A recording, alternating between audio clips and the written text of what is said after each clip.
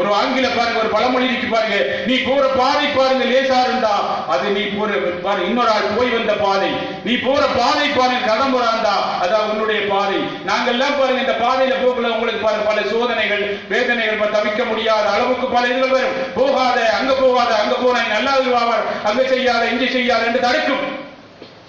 அதுக்கு சின்ன கதை உண்டு பாருங்க, ஒரு 600 கிலோமீட்டருக்கு அங்காலம் பாருங்க ஒரு சாப்பாடு 3 தவளை பாருங்க அந்த சாப்பாடு எடுக்க போகணும். ஆனா அந்த சாப்பாடு எடுக்க போகும்போது பாருங்க அந்த தவளை போகும்போது கீழே இருந்து நச்சரிக்கிறாங்க, அங்க போகாத, அங்க தேள் இருக்கி, அங்க பாம்பு இருக்கி, அங்க பள்ளி இருக்கி, உன்னை பிடிப்பார்கள். நம்மளே பாருங்க ஆத்ம ஞானத்துக்கு போதா, தியானம் பண்ணாத, எழும்பாத, நீ படுத்தாலும் உடல் சொல்லு எழும்பாதா அப்பதான்டா நீ சவமாகலாம் அப்படின்னு சொல்லும். எல்லா யுக்தானந்தர் இருந்து பாருங்க, பரமேஸ்வர் யோகானந்தர் இருந்து பிரம்மர் பாருங்க எங்க கிரியா பாபா சொல்லிக்காரு, உன் உடல் சொல்லும் வார்த்தையை கேட்கலாரு, உன் உடல் பாருங்க மண்ணுக்கு சொந்தமானது, மண்ணோட போகத்தான் சொல்லும். பாருங்க சோம்பரியாரி ஏண்டா அது மண்ணுக்கு சொந்தமான உடல் பாருங்க, நீ மண்ணுல வீடு எடுத்து வந்திருக்கா, அந்த வீடு பாருங்க மண்ணுக்கு சொந்தமானது, அது ஒண்ணு இங்க போகத்தான் சொல்லும். நீ எழும்பு அப்படி எழும்பி நீ தியானம் பண்ணினா பின்னுக்கு ஆனந்தமா இருக்கும்.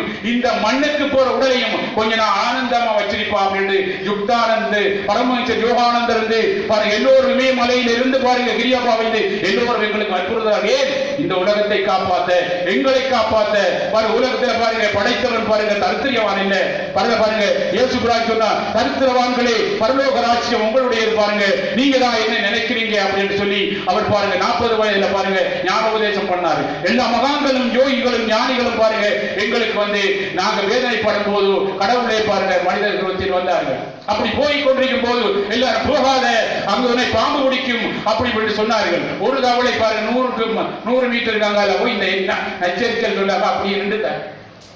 அடுத்த தவளை போறாரு பாருங்க 2 பேரும் போறாங்க. அப்படி போய் கொண்டிருக்க இன்னொரு ஆள் 300 கிலோமீட்டர் இருக்காங்க போய் நின்றுட்டார். ஒரு ஆள் போய் பாருங்க இவர் சொல்ல போய் இலக்கு அடைஞ்சிட்டாரு. அந்த இலக்கு அடைஞ்சிட்டாரு. என்னடா இது வேறு இலக்கப்பட்ட மனிதன் என்ன கேட்டா அவரு செவிட்டு தவளை. அப்ப இந்த உலகத்துல நாங்க இலக்கு அடையணும்டா என்ன செய்யணும், செவிடம் மாதிரியே இருக்கணும், அப்பதான் இலக்கு அடையலாம்.